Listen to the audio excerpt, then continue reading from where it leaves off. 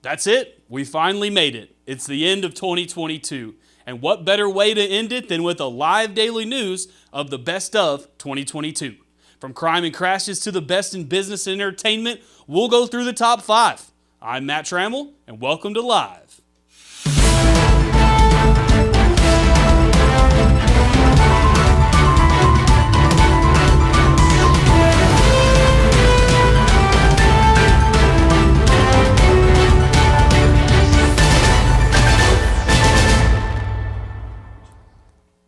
There is a ton to get to on this list, but first, Meijer's Boutique this weekend will be having a huge New Year's Eve sale. Discounts start on Friday with a 30% off the entire store. But if you can't make it today, don't worry, the sale will be continuing tomorrow on Saturday. Whether you're looking for something new to wear to watch the ball drop, or just want to take advantage of the great deals with some of that Christmas cash, go to Meijer's Drug and Boutique. They are located at the corner of Chadbourne and Beauregard. They are open Monday through Friday 9 to 6 and Saturdays 10 to 2. That's 30% off the entire boutique this Friday at Meijer's Drug. And now on with the show. This year San Angelo Live had a great year, but not thanks to us. It's all because of you guys. And I mean every single one of the 3.6 million users that gave us over 20.5 million page views this year. I know what you're thinking. This guy is full of it. Well, the photo on your screen here is a screenshot from our Google Analytics of our year to date. And with all that, can you believe that only a third of our traffic comes from social media? Eye-opening, isn't it? Number 1. We start with everyone's favorite category on San Angelo Live, and that is crime.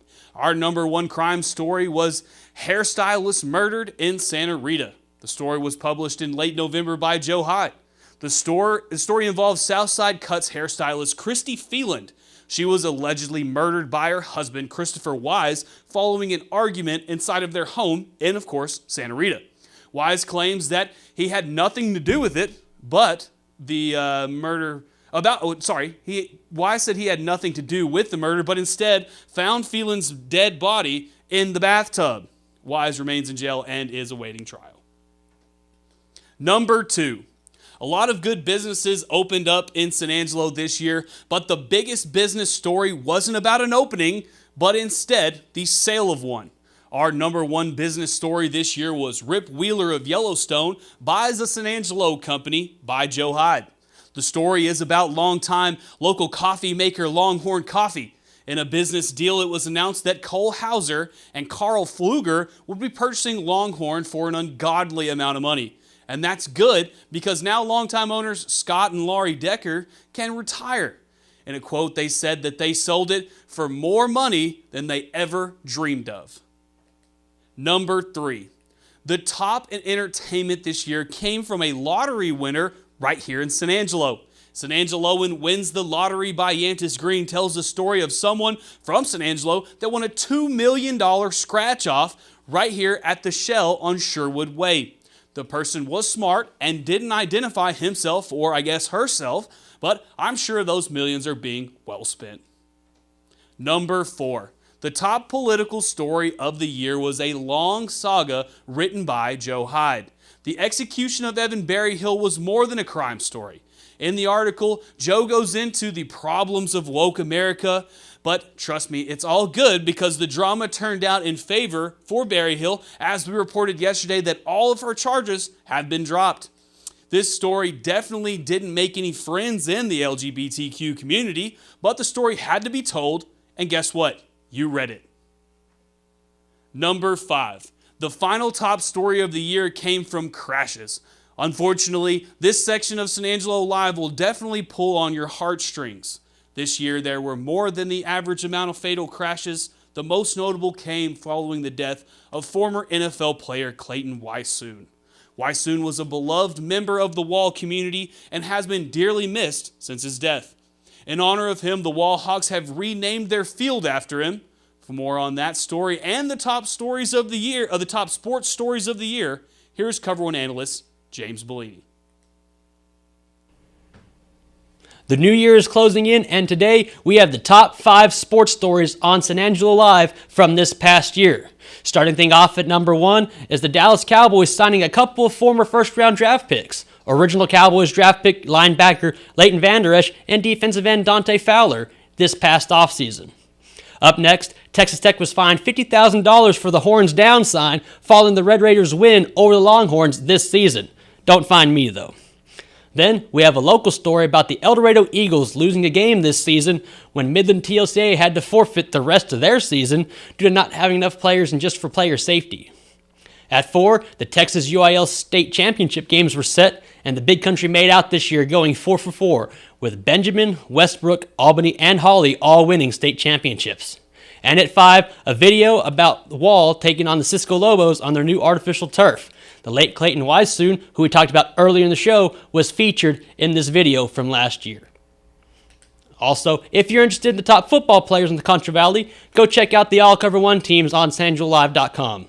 And this year, Cover One is making the jump from the field to the hardwood, as next Friday, we'll be starting Cover One Hoops, where we will follow all the area's basketball teams as they start district play. San Angelo, are you ready? First Tamale Fest coming to San Angelo, Texas, brought to you by Up Positive Promotions, B&W Trailer, and Bricks Winery. We're going to have events for kids, free giveaways. There's going to be Dia de los Reyes, celebrating all the kids and giving free toys.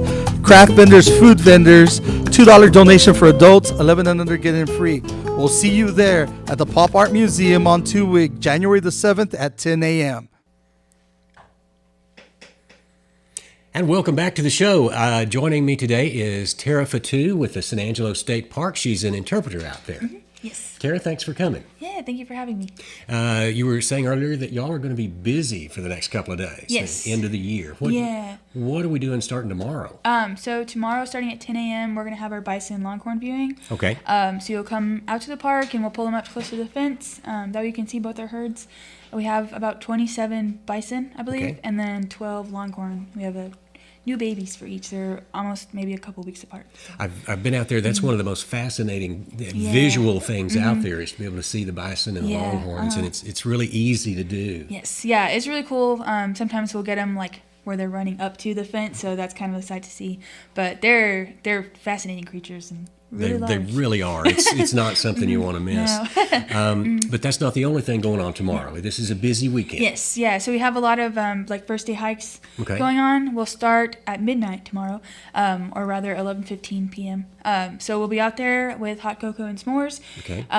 Then we'll go on a short hike. It'll be less than a mile. Okay. And then ring in the new year outside. Right. And it's looking like it's not going to be, freezing like last weekend. Right. So that'll be better. And then starting New Year's Day, we'll kick off all our first day events. Starting at 10 a.m., the Friends of San Angelo State Park is going to be doing their horseback trail ride. Okay. You'll need to bring your own horse and stuff. But they are going on a guided ride. They're really good about keeping track of everybody, and they're really cool people. They come out and ride on their own, and they help us a lot.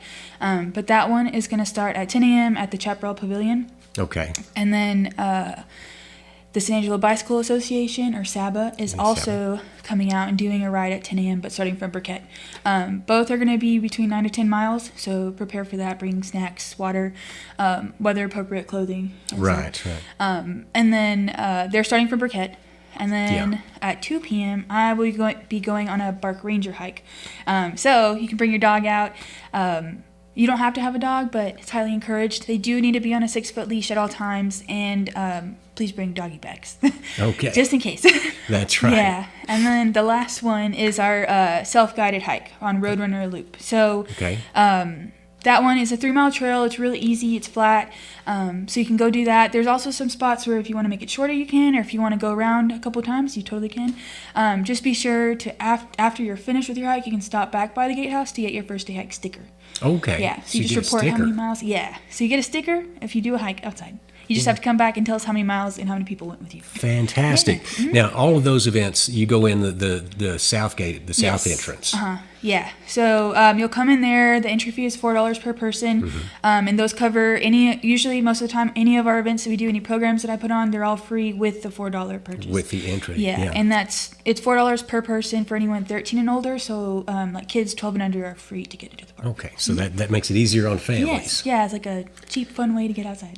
And the park is much bigger than just the south entrance. And, Yeah. and I'm out there. I'm out there some. And there's there's a north entrance, which is the equestrian entrance, and then Bald Eagle Creek. Yes. So you got the north end out there by Great Creek, and there's equestrian and trails there. Yeah, and we the have river. almost 60 miles of trails. So it's a pretty wide trail system. The whole park is a little bit under 8,000 acres. Okay. So there's plenty of options to do, slightly different environments throughout the park. A little bit of everything out there for everybody. What I like to say, you'll find something out there. And we also have our fishing pond, Javelina Draw. Yes. In January, we just restocked it about 2 weeks ago with trout, and then we're doing it again January 18th, I believe. But just check our Facebook. That's a great source of information for us. That's where you'll get exact dates and times for everything. And that's a great little place. That's a gem in the park because the lake is getting a little bit dry. It's, Yeah. I think 3% Yes. or below Yeah. right there. Can you still launch a boat? We have a couple people there. They're regulars, I would say, at the park. But I think they're having to get down and into the water. So just be prepared for that. If you do, I would rather just encourage if you do kayaks or canoes. It's great for that. Right. Okay. So just always use your own judgment. There's only one working boat ramp, and it's the Lakeview Day Use Area boat ramp. Okay, yeah, and Which that's is right the up one there closest to by the dam. Yeah. Yeah. And now, but Javelina it's a great little fishing from the bank spot. Yes. That's man-made. It's Yeah. it's really neat. You need to go out there and see that. Also, we were talking earlier the Permian tracks. Yeah. They're a big draw. I mean, for guys like me who are dinosaurs ourselves. But it's neat to see those tracks in the stone. There's about 3 to 4 easily visible sets, and I'll be doing a hike in January, so check our Facebook and Instagram pages for the exact dates on that. But we'll do a hike. It's about a mile round trip that we'll go through. We'll go straight down, and you'll see the track. There's like a main set that I think is about 20 feet long. Okay. That one's the really obvious one, and then there's a couple smaller ones that cut across and go in slightly different directions. Fascinating But stuff it's to really see. cool. They're very unique. And on those trails, they're long stretches, and there are water troughs for horses, and there are even, I think, water fountains. Yeah, along there's the a few way. spread out there, but the water troughs are out there and stuff. And I mean, if it's the heat of the summer and you need water, that can work for the moment. Yeah. Make sure And you know stuff. where those Yeah. are. Yes. But yeah, they're spaced pretty, I think, in decent locations if you're going up across the park Yeah. and everything. And there's always something to do. I know that the road lizards, the San Angelo road lizards, are having the Shannon Trail Series starts in January, February. I don't know the exact date on that, Yeah, but yeah. I know they just did a race a few weeks ago, and then we're actually talking about doing some future events with them too. Okay. So they should have more events out there. I know they have a few in the spring planned already. I just don't know the exact dates. Yeah. There's all kinds of neat stuff going on at the state park. Anything I've forgotten? Anything I've left out? Just always check our Facebook and Instagram pages. That's where we post our events. So this first day hike kicks off our 100-year celebration for Texas Parks and Wildlife. Right. The official anniversary date is March 18th. In the spring, and so around spring break. So spring break is already going to have a lot of events, but that day is going to be jam-packed full of stuff. That's fantastic. So, yeah, be on the lookout for that. We're going to try to break some records across the whole state. So if you want to be a part of that, to a s'more making record, but it has to be very precise. So we might be doing a few trial runs building up to that. So if you want to be a part of that, come out to the park. And then again, I've said it 3 times already, but check our Facebook for all events. Check the social media. That's where we're going to post it first, or the San Angelo State Park website under Texas Parks and Wildlife. Okay. Go to our events tab, and it'll be everything there. The one thing I did want to mention, I have an annual pass, and that gets you into every state park for free for that one annual fee. Yeah. So you don't have to purchase it every August or anything. It's from the point of purchase to the end of the month the following year. Okay. And so if you buy it in January, it would be good until the end of January next year. Oh, wow. Yeah. Okay. So, but yeah, if you plan on, even if I know we have a lot of regulars that come out every day, it pays for itself. Or if you go to some other state parks, they have higher daily entrances, and the same thing works. It covers as long as you're in the vehicle with whatever people, it'll cover that vehicle. I know that if you go to the Parks and Wildlife website, there's sort sort of a map there, and there are state parks all over Texas. Yeah, and there's 89. 89 state parks. Lots of great stuff to see and Yes. experience Yeah. outdoors. So. Yeah, there's a variety of parks. There's everyone will find their like one special park that's Yeah. their favorite one, Yeah. and they kind of keep coming back to and stuff. So the Great. park pass is also $70. Okay, $70. I knew it was in there somewhere. Yeah. But, it's a great investment, I believe, and everybody should check that Yes, I think so too. out. Okay. All right, Tara, thank you for coming, and will you come back and see us? Yeah, definitely. Great. Tara Fattouh with the San Angelo State Park. We'll be right back. When it comes to unique pieces you can't find anywhere else, Kano's Diamonds and Coins is your one-stop shop. With over 24 years in the diamond and coin industry, Kano's Diamonds and Coins is West Texas's choice for diamonds, jewelry, coins, silver, and gold. Owner Bill Kano stands by his work and offers free consultations, including estate jewelry. Don't just trust anyone with your valuables. Come see the staff at Kano's at 1016 West Beauregard in San Angelo. And thank you so much to Tara out at the state park. Her and Yantis, I mean, that was just an interview made in heaven. Yantis loves going out to the state parks. And you can have fun at the state park too, so make sure you get out there this weekend. This has been Live Daily News. Today we broke down all of the top news stories for 2022. But don't worry, there will be a lot more coming up in the future. Live Daily News is on every Monday through Friday at 4 o'clock, so make sure you check us out. We'll be back on Monday. Until then, Happy New Year.